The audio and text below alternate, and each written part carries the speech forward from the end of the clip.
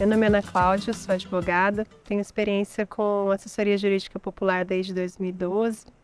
Fiz parte do NAJURP, que é o Núcleo de Assessoria Jurídica Popular da Faculdade de Direito da USP de Ribeirão Preto. E hoje eu sou estudante de Arquitetura e Urbanismo no Instituto de Arquitetura e Urbanismo da USP, em São Carlos. Faço parte da Maitá, que é uma assessoria técnica em habitação de interesse social. E hoje a gente desenvolve vários projetos.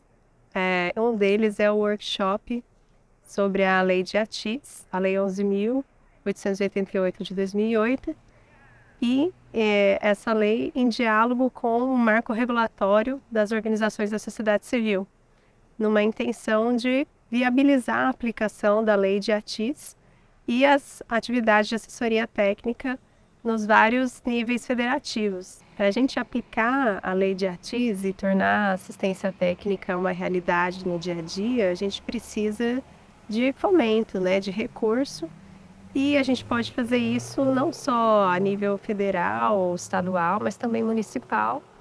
E desde 2014 a gente tem o marco regulatório das organizações da sociedade civil, que facilita bastante a gente estabelecer parcerias com associações, que fazem a atividade, prestam esse serviço de assessoria técnica. E a intenção desse workshop, financiado pelo Conselho de Arquitetura e Urbanismo de São Paulo, eles fazem referência a essa necessidade. Então foi um curso pensado, voltado para gestores públicos, mas também para organizações da sociedade civil, no intuito de aproximar esses atores e dizer que é possível fazer parcerias, que existe um instrumento legal, um procedimento específico para garantir recursos para as organizações. Eu tratei do módulo 3, que foi sobre uma breve introdução ao marco regulatório. Primeiro a gente fez uma trajetória, uma retomada das organizações da sociedade civil no Brasil, com contexto também uma discussão em relação à teoria do Estado, como que as organizações se relacionam com o Estado, e nessa perspectiva de promoção de políticas públicas, de defesa de direitos sociais, principalmente depois de 1988, e como que isso se relaciona também com o movimento de reforma urbana, porque desde a década de 60 a gente tem uma virada populacional, maior concentração de pessoas vivendo nas cidades, isso traz impactos na vida, nas políticas sociais, nos conflitos socioambientais que passam a surgir, e gera uma demanda muito grande por habitação, por uma vida mais digna nas cidades, e também uma prática específica, tanto de assessoria jurídica como também arquitetônica, e de planejamento urbano. Então a gente tem associação entre profissionais da área de arquitetura e urbanismo, da engenharia, do direito, também da área ambiental, com associações de bairro, com ocupações urbanas, com famílias sem teto, nessa perspectiva de ter uma qualidade de vida melhor e fazendo essa troca de saberes, de conhecimentos. Então, a assessoria técnica, a partir do seu lugar, do seu saber, do seu conhecimento técnico, auxiliando essas famílias na garantia do direito à moradia adequada. A gente tratou de uma breve trajetória das organizações da sociedade civil no Brasil, contextualizando com o Estado brasileiro, uma discussão de teoria do Estado, de participação social, como que tem uma prática de assessoria técnica vinculada a movimentos sociais, ao movimento de reforma urbana em específico, para assessoria técnica em habitação de interesse social, e depois a gente passa por uma introdução dos conceitos principais do marco regulatório das organizações da sociedade civil. Então a gente se debruça um pouco pelo artigo 2º da Lei 13.019 de 2014, colocando os pontos principais que é importante entender, quais atores estabelecem a parceria, o que é essa parceria, para depois, no módulo 4, isso ser aprofundado com o especialista no assunto.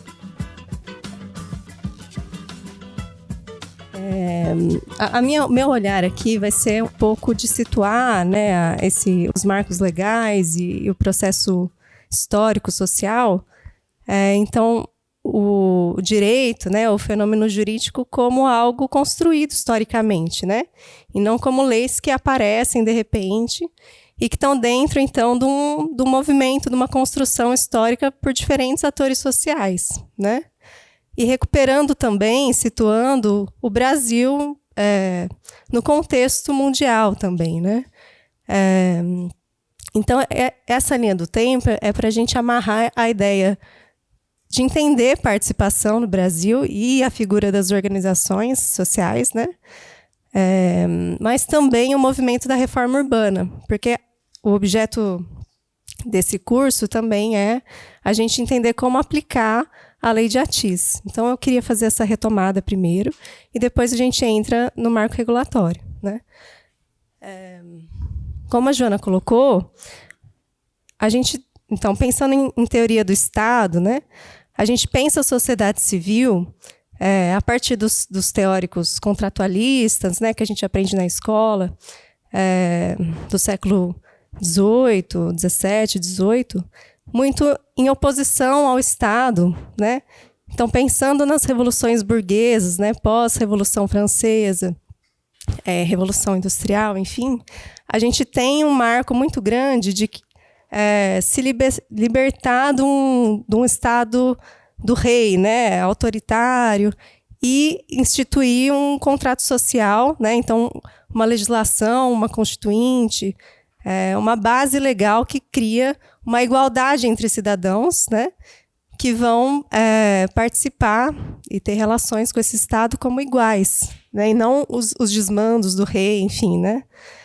E aí a gente já tem um esboço, assim, uma primeira discussão do que é essa dicotomia, né. Então, tem uma sociedade civil e tem um Estado que estabelece relações com esse povo, né.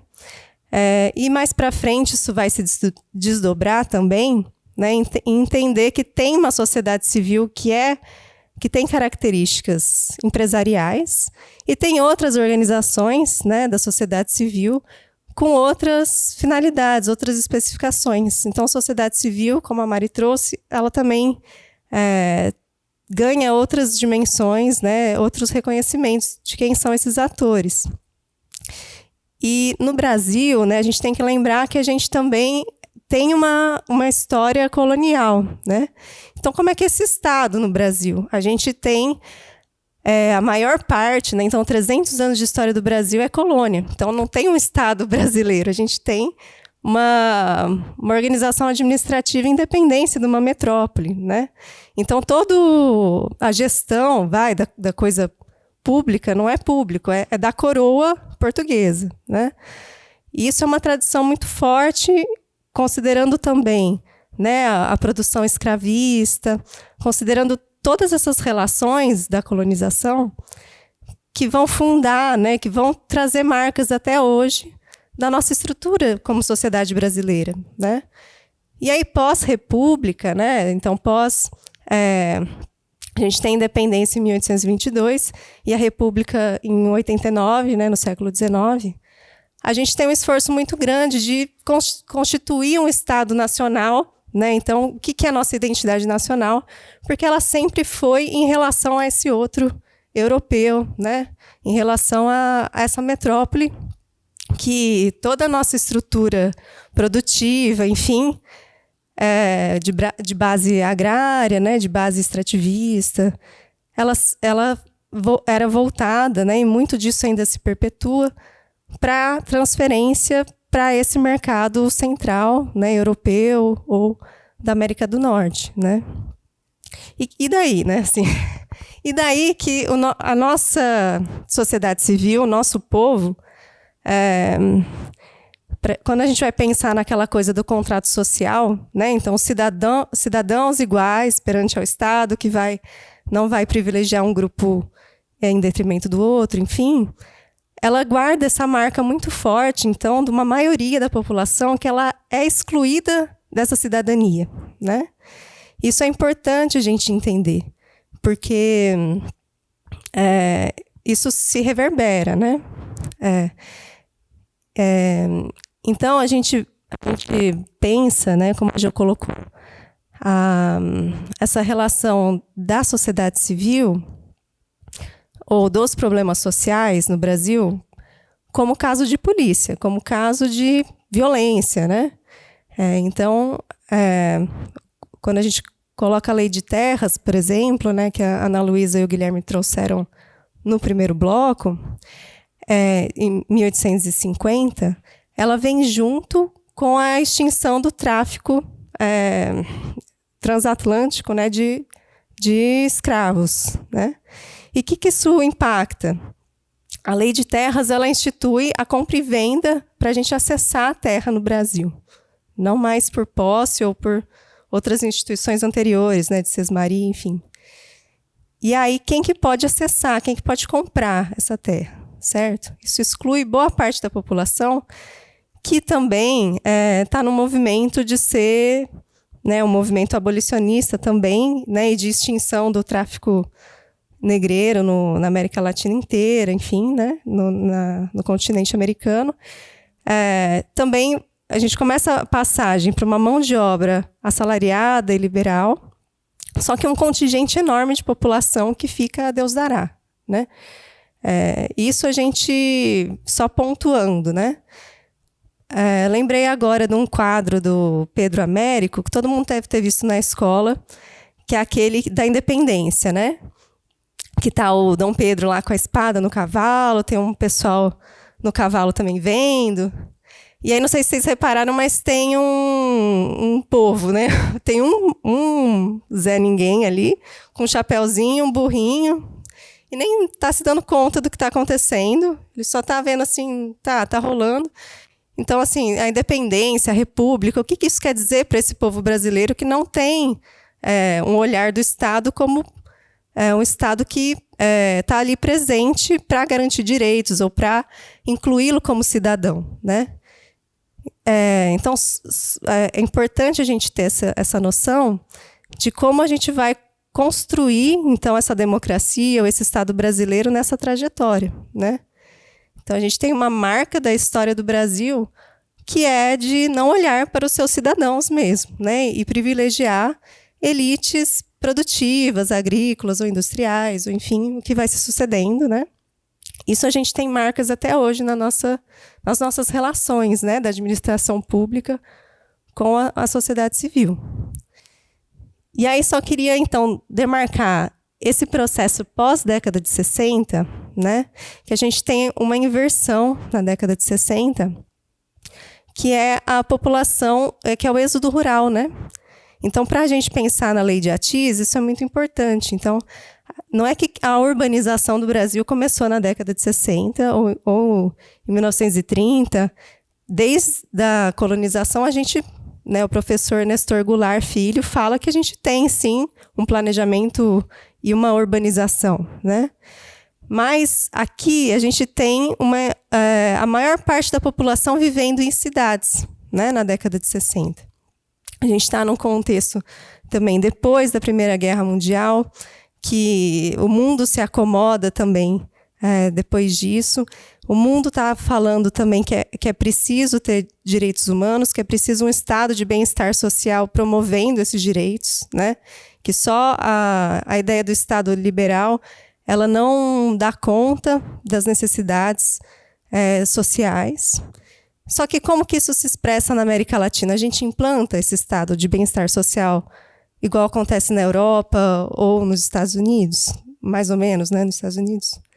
Não, a gente tem um processo de uma sequência, né, de regimes ditatoriais, né, e que vão centralizar o planejamento do Estado, né, numa perspectiva também de desenvolvimento nacional, de integração nacional, mas muito próximo ainda dessa ideia de aliança com o grande capital, com as elites empresariais, né, com o setor produtivo de maior poder aquisitivo, né, de maior poder de barganha econômico.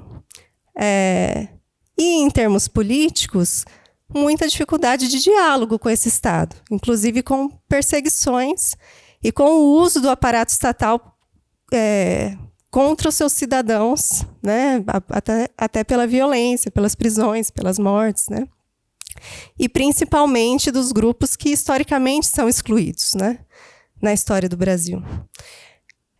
Então, nesse momento, a gente tem o que a Joana colocou, né, dessas organizações comunitárias. e de tradição também muito forte na América Latina, vinculada à religiosidade, né? Então, a gente tem, como primeira entidade sem fins lucrativos, as Santas Casas, né, na pós-república, porque depois a gente tem a separação da Igreja e do Estado, mas ainda essa ideia de estar junto dos pobres, né, da caridade, dos mais excluídos, do que tem menos, e a gente precisa ajudar os que não têm, né? Isso, a igreja permanece com essa ideia, né? E outros grupos também, então, protestantes, kardecistas, e também grupos de matriz africana, né? Então, os terreiros de Umbanda, de Candomblé, e até hoje a gente tem, né, como a Mari trouxe, uma forte presença das entidades religiosas atuando nesse sentido, né? E isso é uma marca da América Latina, não só do Brasil, né? Então, a gente tem, inclusive, essas comunidades eclesiais de base, né, com base na teologia da libertação, nesse momento, também fazendo frente ou somando força com essas organizações populares que estão tentando se virar, né, com seus problemas no seu bairro, com os problemas que enfrentam no dia a dia no campo, né?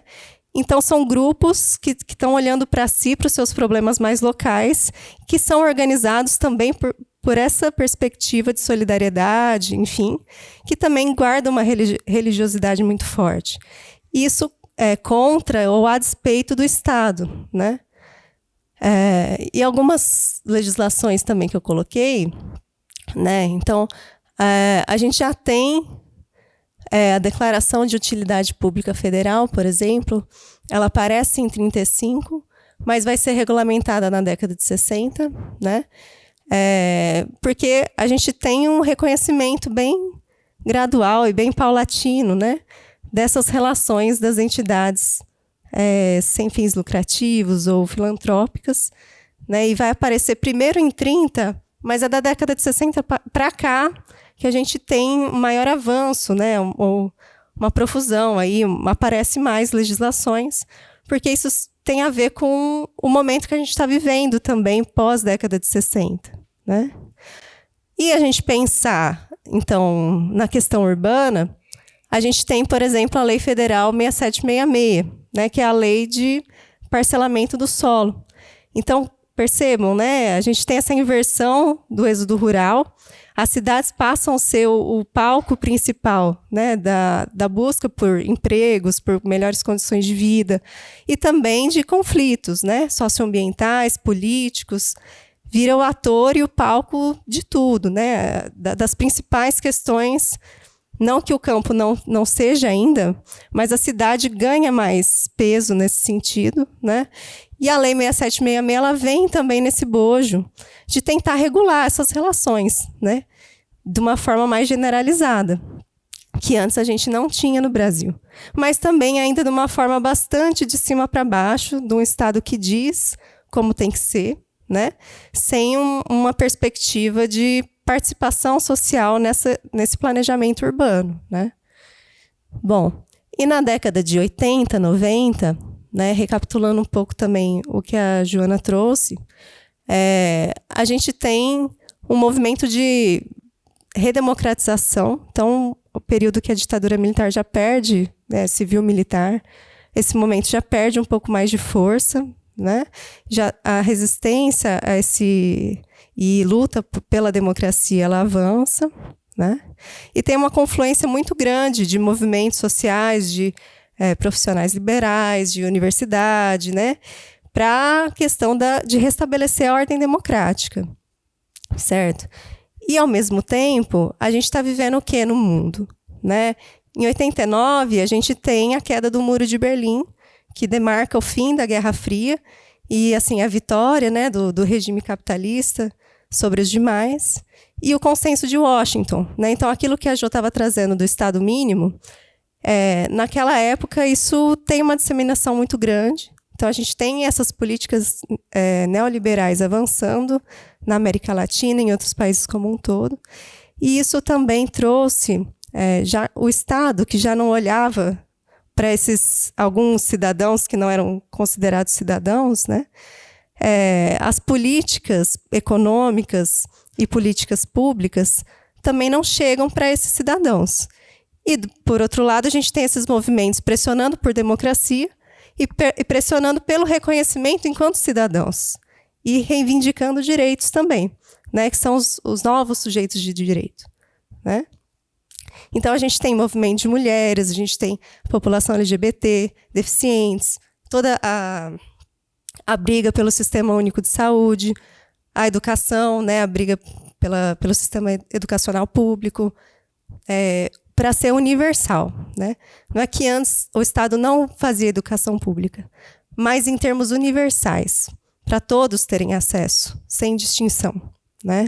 Então, isso é uma grande questão na época da Constituinte, em 88. A gente conseguir que na Constituição, então, nesse contrato social né, do Estado liberal, né, a gente esteja incluído todo mundo, não só alguns. Todos sejam considerados cidadãos. E o artigo 5º da nossa Constituição Federal, ele traz, a Constituição inteira traz direitos fundamentais, né? Mas o artigo 5º é o que a gente sempre ressalta, que está ali, o cerne, né, dos direitos, e está escrito, né, sem distinção de cor, raça, credo, entre homens e mulheres são iguais, né, sem assimetria de gênero, enfim. Então, isso é muito importante a gente considerar, porque tem um caldo aí por participação e por reconhecimento. E para a gente, então, o que a Safira Bezerra Aman, né, uma professora lá atrás, nesse momento a sociedade civil está de frente para o Estado e em busca do parlamento. Se antes a sociedade civil esteve à margem do que o Estado decide, das políticas públicas, pelo menos a maioria, né, e não os grupos econômicos com mais poder, né, político, agora tem um movimento muito grande de ocupar esse Estado e de falar como essas instituições devem ser para ter essa universalização de direitos, para ter esse reconhecimento e políticas públicas que atendam a todos, e a todos de forma a reduzir as desigualdades. Então, reconhecendo que tem grupos que têm mais exclusões, historicamente, né? Então, por exemplo, o que eu disse da lei de terras, então, ter políticas específicas para a população negra, né? Ou para a população deficiente, ou, enfim, para pessoas em situação de vulnerabilidade socioeconômica, né? Então, é o grande marco da Constituição, que é até apelidada de Constituição Cidadã por conta disso. Teve um esforço muito grande, muitas emendas populares, para que isso acontecesse naquele momento, né?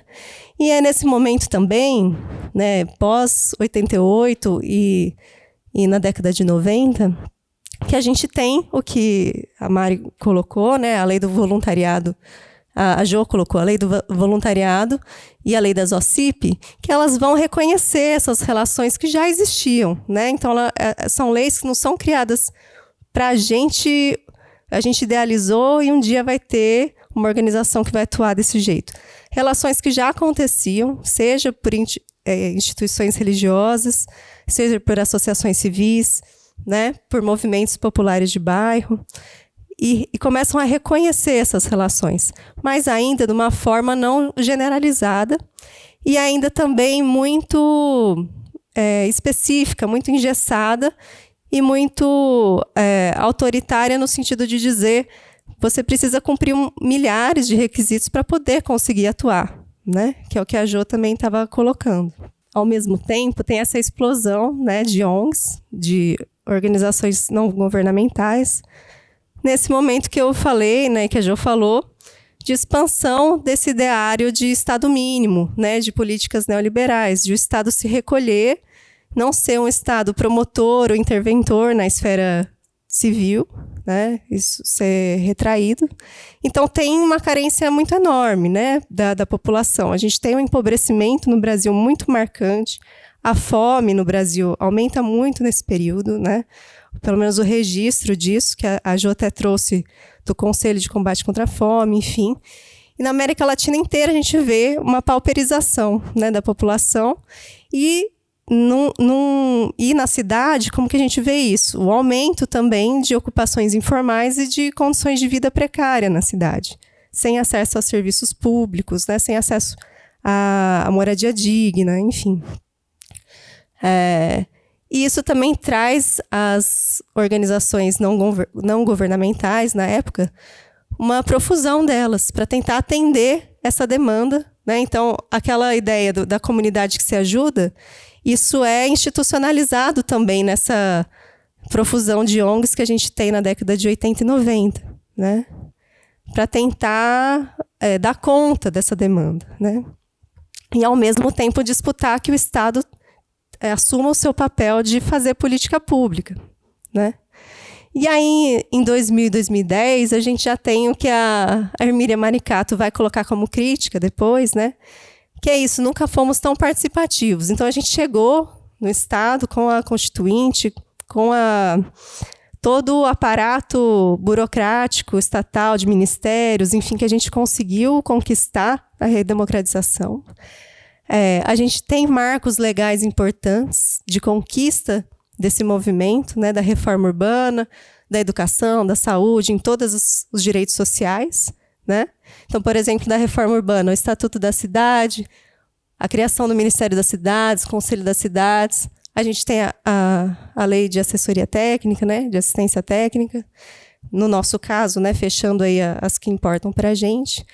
Mas tá bem, o Estado está ouvindo, né, nos conselhos municipais, no orçamento participativo, nas conferências, a gente tem marcos legais, mas na prática, o que a gente conseguiu aplicar de tudo isso, né? Então a gente foi super participativo, foi ouvido, se fez ouvir, sim, isso é uma luta e foi histórico, né? Mas e aí? A gente tem a aplicação dos instrumentos do Estatuto da Cidade nos municípios, né, que é para a gente garantir as funções sociais da cidade. A gente tem orçamento que vai... essa demanda do conselho ou da conferência vai traduzir isso em política pública que vai atuar diretamente nessas reivindicações, né? Então, a gente tem um descolamento assim, da política econômica com as políticas sociais, né? Então, como a gente coloca hoje, né, essa dificuldade de como traduzir essas reivindicações dos grupos tradicionalmente excluídos, também com políticas públicas efetivas, e que a gente aplique essas conquistas legais que a gente teve.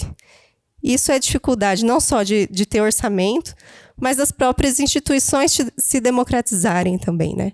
Então, o judiciário, por exemplo, até hoje segue, né, então eu falo um pouco da minha trajetória, segue deferindo liminares de reintegração de posse, sem ouvir a outra parte, sem ter um cuidado maior de comprovação da posse desse proprietário que está fazendo o pedido, né?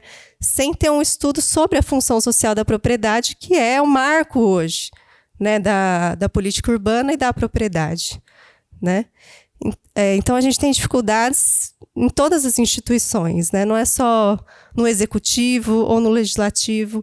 A gente tem um avanço que a gente precisa democratizar também essas esferas do poder, né? E aí o marco regulatório das organizações da sociedade civil vem nessa trajetória, né? Bom, a gente conseguiu muita conquista legal. A gente tem uma base de direitos fundamentais a ser aplicados, tem leis para os setores específicos que demandam direitos. Então, a gente quer ajudar o Estado a aplicar isso, né? Então, como a Mari colocou, através do que o direito administrativo coloca como campo do convênio, né, e não dos contratos, a gente tem um interesse mútuo e de cooperação, que é o interesse público, que é a gente promover os direitos sociais, né? E do que a gente tinha antes, a gente vai, então, ter um paradigma, um parâmetro que generaliza, né? Então, para todas as relações entre organizações da sociedade civil e poder público, a gente tem esse marco de como firmar essa parceria. Você não precisa ser a OCIP com todo aquele requisito, né, e uma gestão hiperburocrática para você conseguir acessar essa parceria com o poder público, né, ou uma OS. Então, a gente amplia e reconhece também o trabalho que já está sendo feito pelas organizações da sociedade civil, né? E sistematiza esse trabalho também dentro do campo de políticas públicas, e não o que cada organização está achando bom, né? A gente traz isso também para uma reflexão junto com o Estado, né? E aí fica a reflexão, né, que a Jo também trouxe, sociedade civil, participação e cidadania, do que estamos falando, né? Então, a gente entender e retomar essa disputa por entender cidadania, não só como aquela cidadania que a gente vai lá e vota, né? A democracia, ela está na Constituição Federal, que ela é exercida direta e também por representantes do povo. Então, não é só o Congresso Nacional, não é só a eleição que é democracia, é também esse exercício direto, né? Aí a Maricato vem e fala, não, mas tá bom, a gente participou um monte, mas se a gente não combinar isso com política orçamentária e com instrumentos jurídicos legais para que isso se efetive, isso também não acontece. Então, o marco regulatório das organizações da sociedade civil, ele vem nessa luta, né, nessa trajetória, para que a gente aplique, então, esse marco todo de direitos sociais, essas leis federais, né?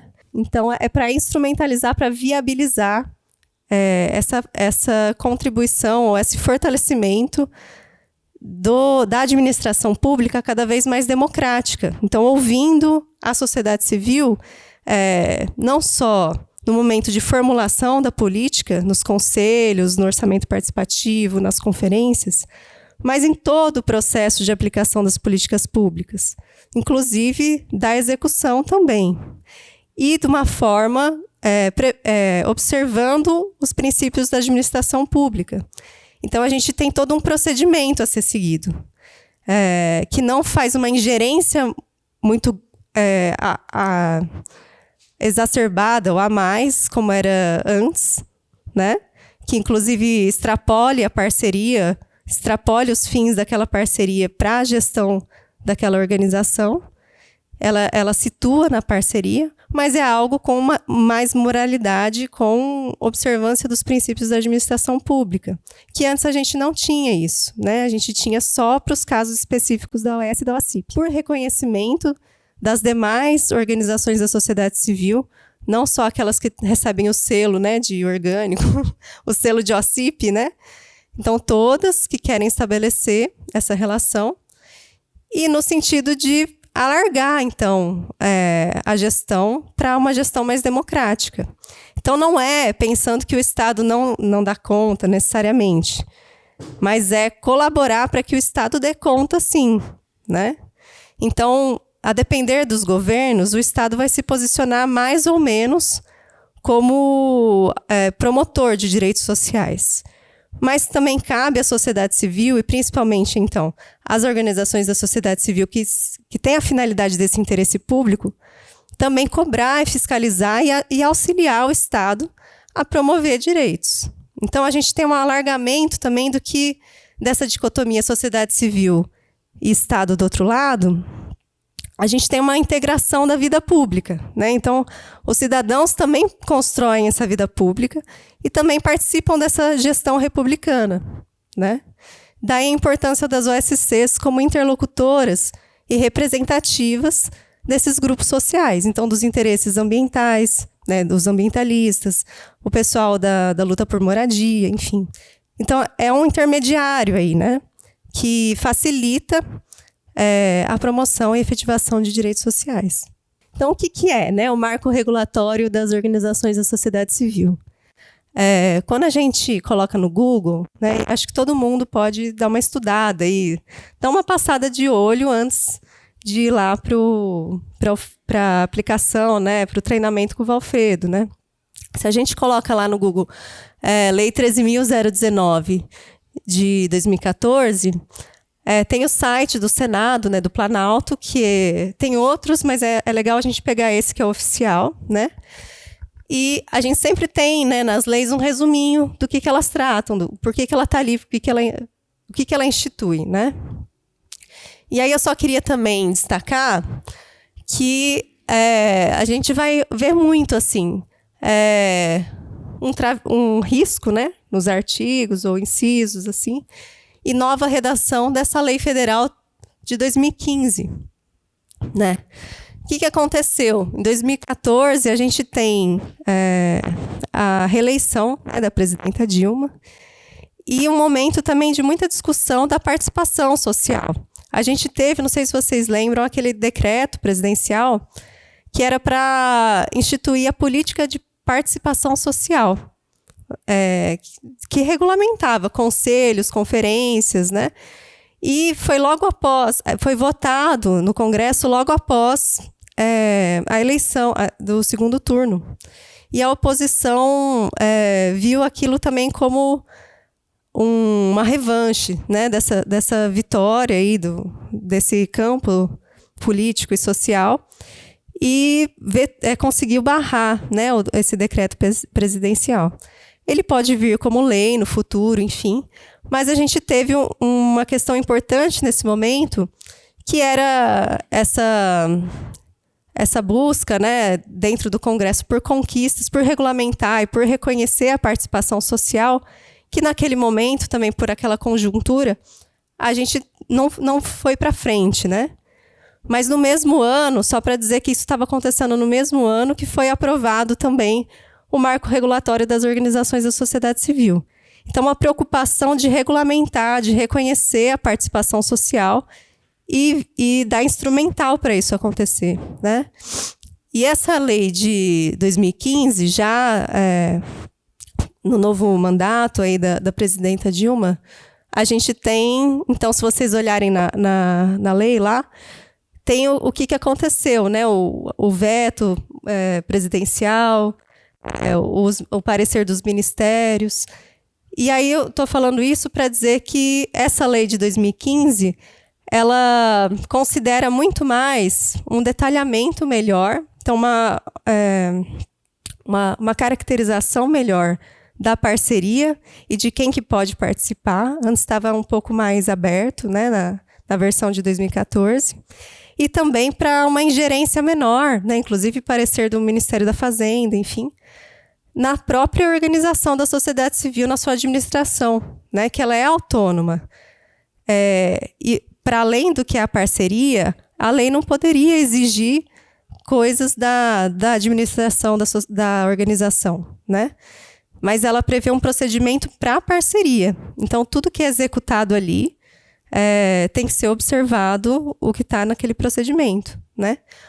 Por uma questão muito latente, né, de moralizar as relações entre as entidades filantrópicas, enfim, né, por o que o Laerte trouxe, né, e o Paulo também, mas, ao mesmo tempo, numa ingerência muito excessiva, né? Então, em 2015, a gente tem um balizamento disso, e quando vocês olharem a lei, vai ter um monte ali, né, de interferência dessa lei de 2015. E essa lei, ela altera, então, né, leis anteriores, não revoga, né, não elimina, mas ela altera o entendimento, então, da lei de improbidade administrativa, né, para incluir também essa relação com as organizações da sociedade civil. Então, é um sistema que amarra as outras esferas também, né?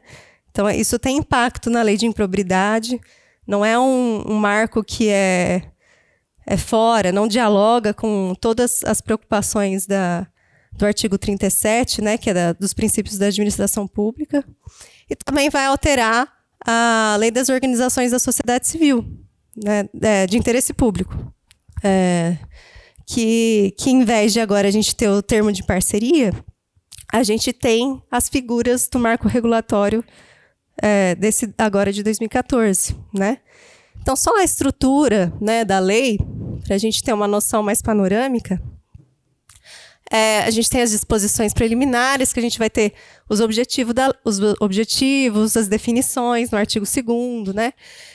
E depois a gente tem na sequência a celebração, né, das formas de estabelecer essa parceria, como a gente formaliza e começa a executar e faz toda a gestão da parceria, né? E faz também a prestação de contas, tem todo esse processo com monitoramento, com fiscalização do gestor público, e também tem uma preocupação com o encerramento de como se presta as contas, tanto da execução do objeto, né, da atividade, quanto também do financeiro, né? E aí, por fim, né, as responsabilizações e sanções, se a gente não cumpre esses combinados, né, da lei, na verdade, essas obrigações legais, né? E também o combinado do termo de fomento, de colaboração, o que acontece, e disposições finais que tem mais a ver com a aplicação da lei, né? E aí, só para chamar a atenção, que junto com a lei federal, a gente tem o decreto regulamentador na esfera federal. O decreto, né, como a Mari colocou, ele serve especificamente para quando a gente está fazendo a parceria com a União, né? Então, com o ente federativo União. Isso pressupõe que os estados e os municípios precisam ter o seu próprio decreto regulamentador também, né? Então, a gente tem a lei federal que vale para todo mundo, só que é importante cada ente federativo ter o seu decreto regulamentador. Mas, né, na hermenêutica jurídica, né, na forma que a gente raciocina para interpretar as leis, a gente tem uma interpretação sistêmica, né? Então, na falta de um decreto estadual ou municipal, a gente também pode usar o decreto federal para suprir essas lacunas, né?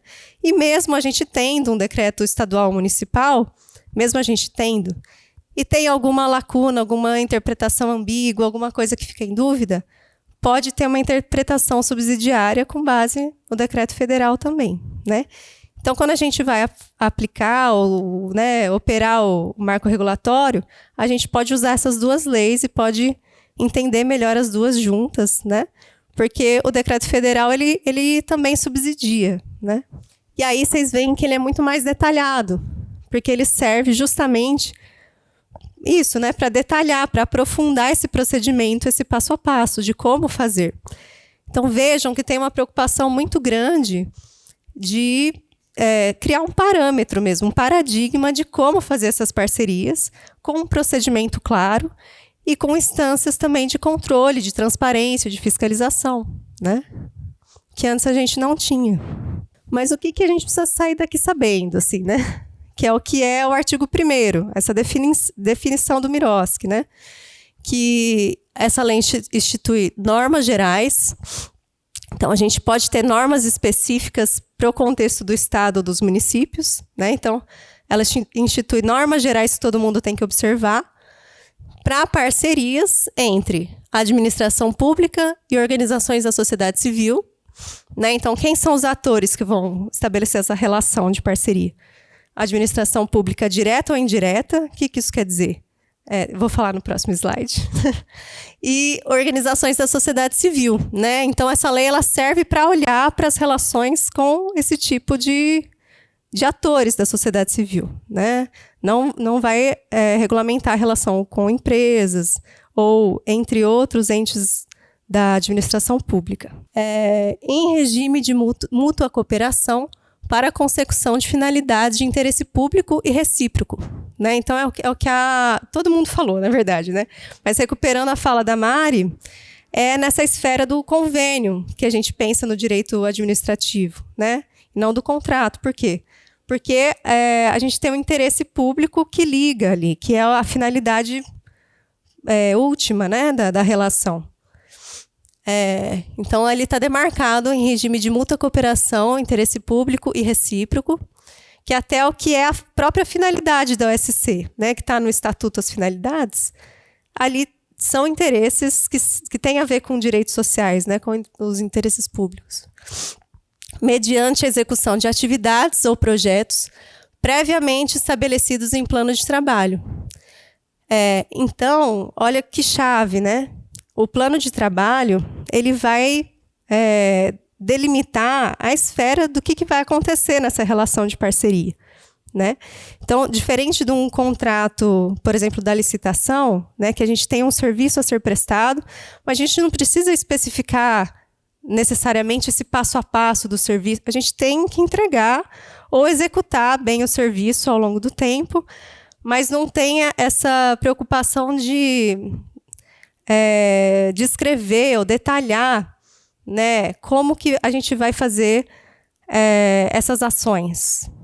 A gente entrega para o particular tem que executar a gente, né, a administração pública, e a administração pública fiscaliza, né? Agora, na parceria, tem essa ideia da cooperação. Então, a gente tem um plano de trabalho que a gente vai definir o que a administração pública vai fazer e o que a OSCC vai fazer. E esse plano de trabalho é a lei, né, da parceria. Igual o contrato faz lei entre as partes, o plano de trabalho vai falar o que a gente vai executar até o fim. A gente tem aquele plano de trabalho que até a execução dele terminar, a gente tem que seguir independente do governo que esteja ali.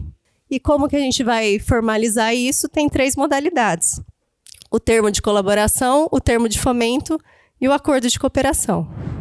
Passar rapidinho, mas quem são os 2 atores? A administração pública e OSCs. No artigo 2º, a gente tem as definições do que a lei vai entender por cada coisa, né? Mas isso aqui é do direito administrativo, né? Não é o Miroski que criou. É o entendimento que a administração pública é tanto a administração direta, então os entes federativos, União, Estado e município, mas também a administração indireta, né? As autarquias, empresas públicas, enfim. E é isso que está escrito aí, né? Empresas de economia mista, enfim. E remetendo também ao artigo 37, que eu também já repeti, a Mari falou também, que quando a gente vai falar de Estado brasileiro aplicando política pública ou gerindo a coisa pública, a gente chama de administração pública. E o artigo 37 da Constituição define os princípios que a administração pública tem que seguir para estar dentro da lei, para estar dentro dos parâmetros do Estado Democrático de Direito, né? Que é o que a Mari colocou. Obedecerá aos princípios da legalidade, impessoalidade, moralidade, publicidade, eficiência.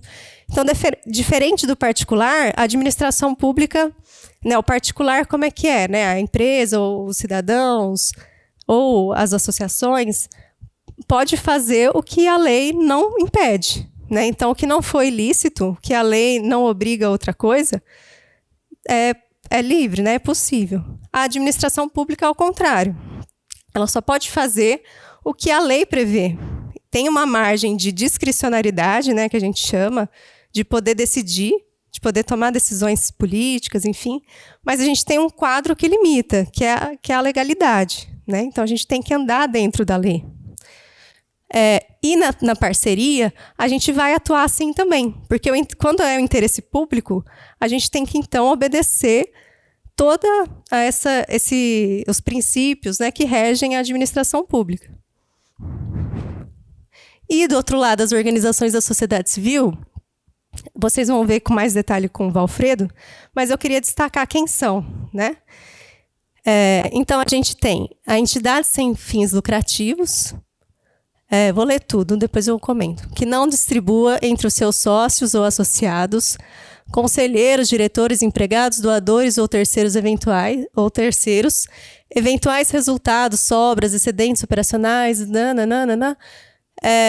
auferidos mediante o exercício de suas atividades e que aplique integralmente na consecução do seu respectivo objeto social, de forma imediata ou por meio da constituição de fundo patrimonial. É um monte de coiseira jurídica, igual o Paulo colocou, né? Mas o que quer dizer isso? Essa preocupação de uma associação, uma fundação, ela pode exercer uma atividade que receba recurso ou uma atividade econômica, que isso não desconfigura a sua atuação, mas tudo que ela receber tem que ser revertido no que o estatuto fala que é o objeto daquela entidade.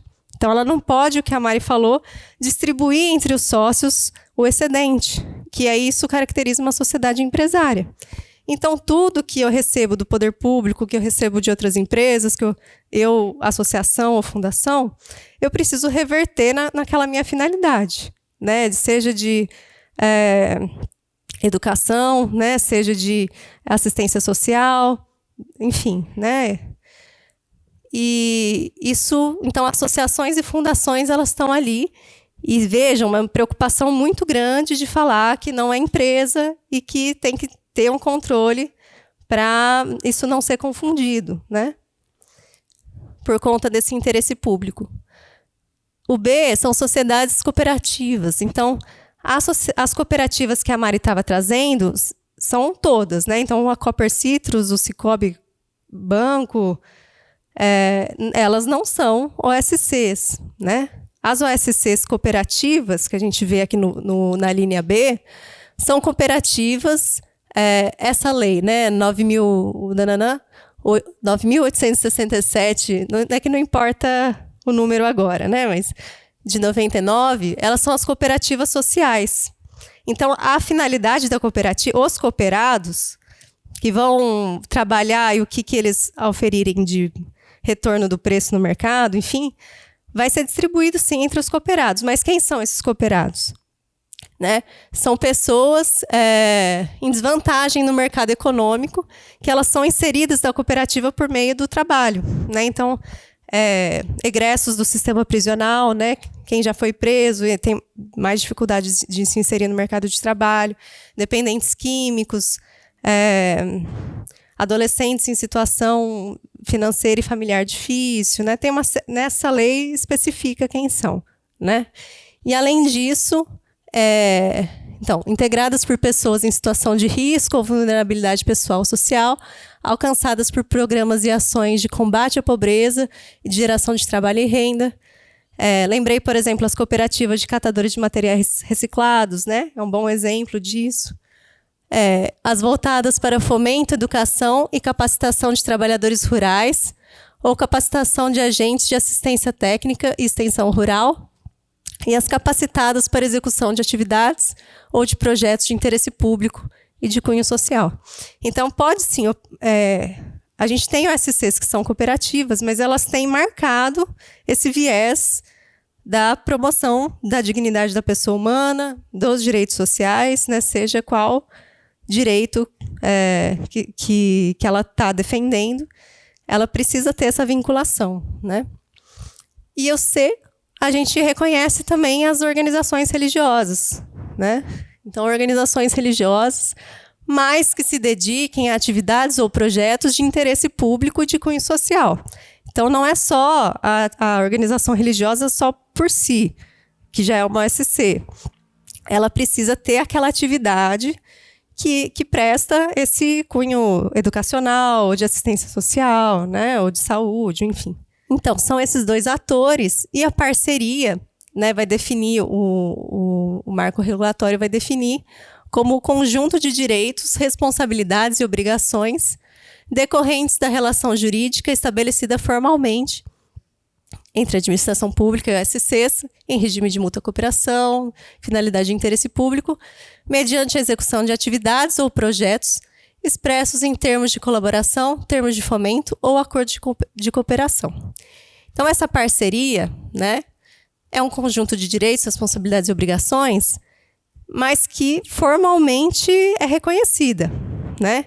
Então, a gente tem já OSCs atuando em prol do interesse público e, às vezes, até numa relação com o interesse público, né? Então, com o poder público, né? Com a prefeitura, enfim. Mas essa relação não é formalizada, não é reconhecida. Isso gera problemas, né? Inclusive, pode gerar problemas de gestão de recurso, de improbidade administrativa. Então, e também para a própria organização daquela atividade ou projeto corresponder às políticas públicas que a lei prevê, né? Então, ter um controle do que é feito também. Isso tem que ser reconhecido formalmente. Como que a gente vai reconhecer? Quais são as modalidades?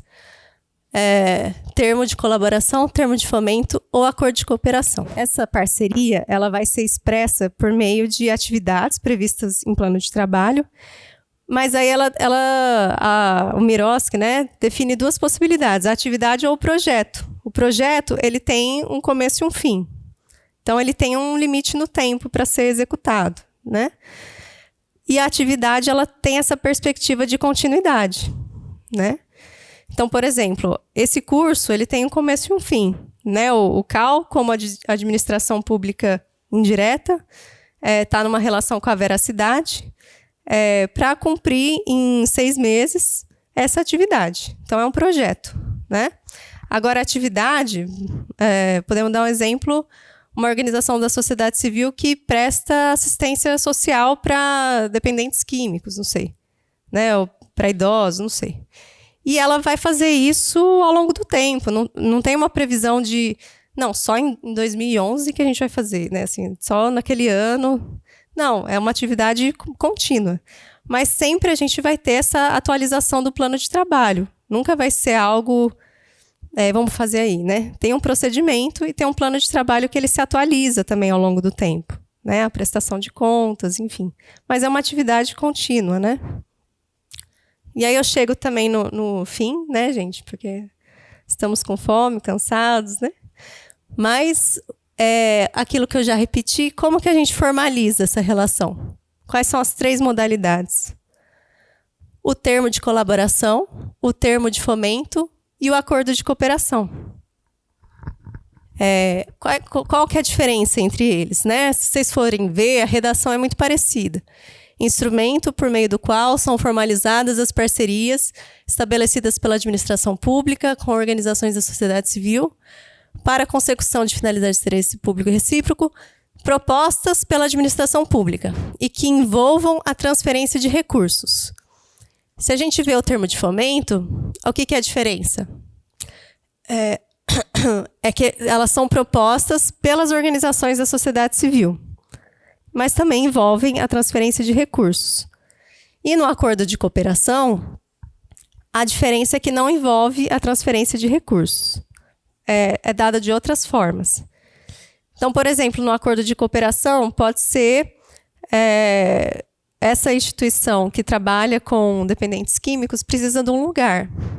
E a prefeitura tem um imóvel que está ocioso, que poderia ser a sede, e aí esse imóvel é o lugar onde a SOSC vai exercer sua atividade, né?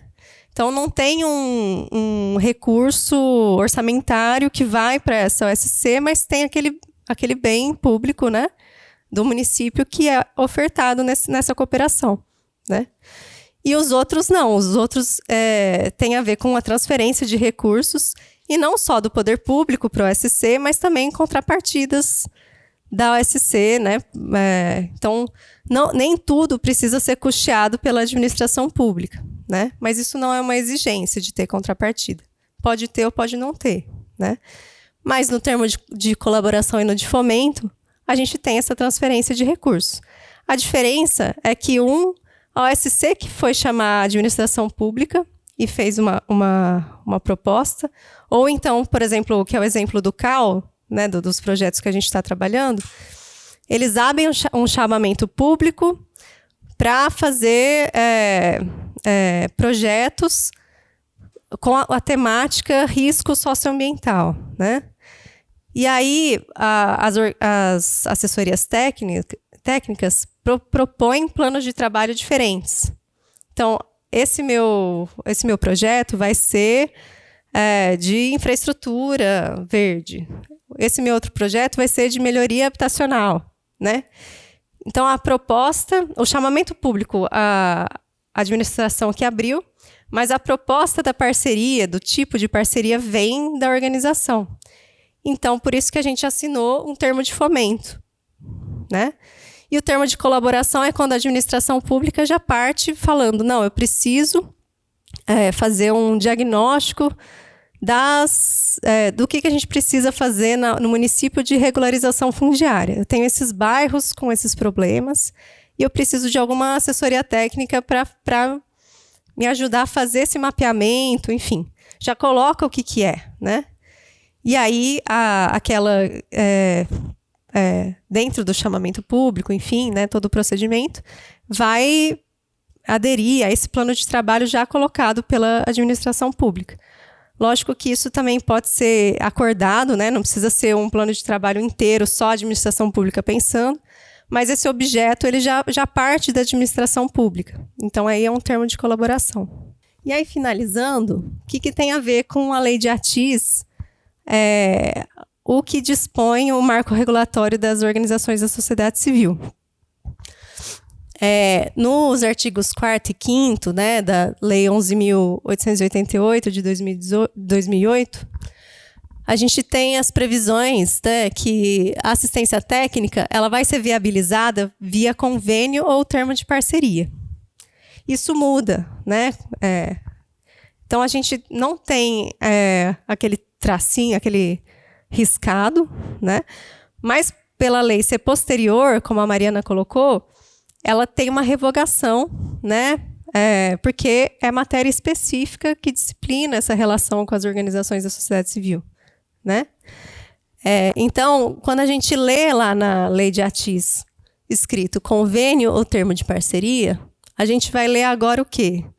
Acordo de cooperação, termo de fomento ou termo de colaboração, né?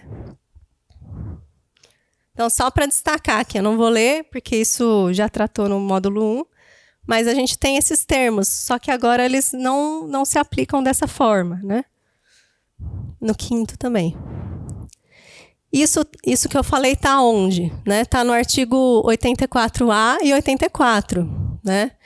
Que não se aplica às parcerias regidas pelo MIROSC, o disposto na lei 8.666, né? Na 8666, que é a lei antiga de licitações, e que agora com a lei nova também, né? A gente interpreta que não se aplica o que é disposto para as licitações, não se aplica para as parcerias com OSCs, a não ser que a OSC participe de uma licitação, aí sim, né? E também, essa redação aqui, até conversei com a Mari, né? Fala que não podem mais ser firmados convênios com OSCs, a não ser, então, os convênios só vão ser firmados entre entes federados ou pessoas jurídicas a eles vinculadas. Então, entre administração pública e administração pública. Só que o que a Mari trouxe, né? A Mari como especialista, administrativista, né? Que o convênio, na verdade, né, no direito, ele é esse gênero de vinculação com a administração pública que tem um interesse público mútuo e recíproco, né? Então, ainda é um convênio, sim, o que a gente faz com o MIROSC, né? Só que a espécie, né, do gênero convênio é termo de colaboração, termo de fomento e acordo de cooperação, né? Então, essa redação ela é imprecisa, né? Mas o que está querendo dizer? Que a gente vai aplicar o marco regulatório para as entidades sem fins lucrativos. É isso que está querendo dizer aqui. E aí, no 84A, a partir dessa vigência dessa lei, somente serão celebrados convênios nas hipóteses... Nossa, ele vai e volta, né? Do parágrafo único do artigo 84. Que é esse inciso 2º, que remete para a Constituição Federal, né? Mas que tem a ver com as atividades complementares ao SUS. Então, quando for atividades complementares ao SUS, geralmente OS, né, organizações sociais, vão estabelecer ainda convênios, né? E entre administração pública, poder público, né? É isso que está falando aqui para falar o quê? Não, a gente, a partir de agora, tudo que é OSC, a gente vai aplicar essa lei.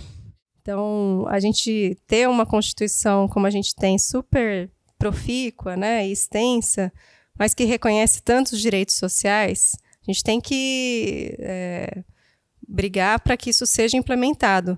Mas também não ter significa a vida e morte, né, de muitas pessoas. Assim. Então, não ter garantias fundamentais no sistema de processo criminal, por exemplo, né? Não ter previsto que todos precisam ter acesso à saúde.